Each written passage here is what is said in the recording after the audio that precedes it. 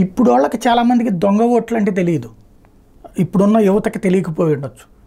కాకపోతే నా వయసు వాళ్ళందరికీ తెలుసు, గతంలో దొంగ ఓటు అంటే మనకి స్లిప్పులు ఇచ్చేవాళ్ళు, ఆ స్లిప్ పట్టుకెళ్తే ఓటు అలౌ చేసేవాళ్ళు. తర్వాత కాలంలో ఇప్పుడైతే ఐడి కార్డు కావాలి ఏదో ఒకటి అంటున్నారు, అప్పట్లో అదేముండేది, స్లిప్ తీసుకుని వస్తే చాలు. చివరికి 25 ఏళ్ళోడు 45 ఏళ్ళోడు ఓటేసేవాడు, లేకపోతే 45 ఏళ్ళోడు 25 వాడు ఓటు వేసేసేవాడు. ఏ ఫోటోలు ఉండే రోజులు కాదు. అక్కడ ఉన్నటువంటి ఏజెంట్ అబ్జెక్ట్ చేయకపోతే చాలన్నమాట. ఏజెంట్ అబ్జెక్ట్ చేయరు, వాళ్ళు కాంప్రమైజ్ కావడం, లేకపోతే తెలియదు కదా పక్కన ఉన్నటువంటి ఏజెంట్కి కూడా, అదే అనుకుని సెట్ రైట్ చేసుకోవడం నడిచేది. అలాగా ఒకళ్ళు ఈ చివరికి ఇప్పుడు ఇది ఉంది కదా, ఇంక మొన్న నేను ఓటేసినప్పుడు దీనికి ఒక సిస్టమ్ ఉంది. ఈ ఇంక ఇగానే మనం ఇలా కొట్టామంటే మొత్తం పోతుంది, రెండోసారి తీసుకోవచ్చు మళ్ళీ.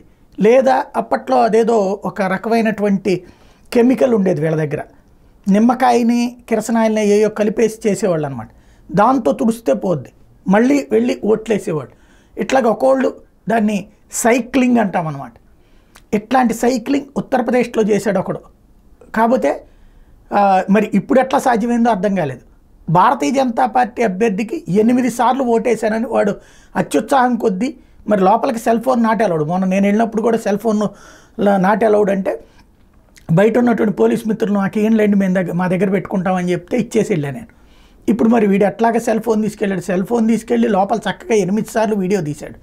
వాడిని ఇప్పుడు అరెస్ట్ చేశారు పోలీసులు. మొత్తం అది బాగా కాంట్రవర్సీ అయ్యేటప్పటికి ఉత్తరప్రదేశ్లోని ఫరూఖాబాద్ నియోజకవర్గంలో వెలుగు చూసినటువంటి ఘటనలో 8 సార్లు ఓటేసిన వీడియో రికార్డ్ చేసిన యువకుడిని అరెస్ట్ చేశారు. పోలింగ్ బూత్ అధికారులందరినీ సస్పెండ్ చేస్తూ ఈసీ ఆదేశాలు జారీ చేసింది.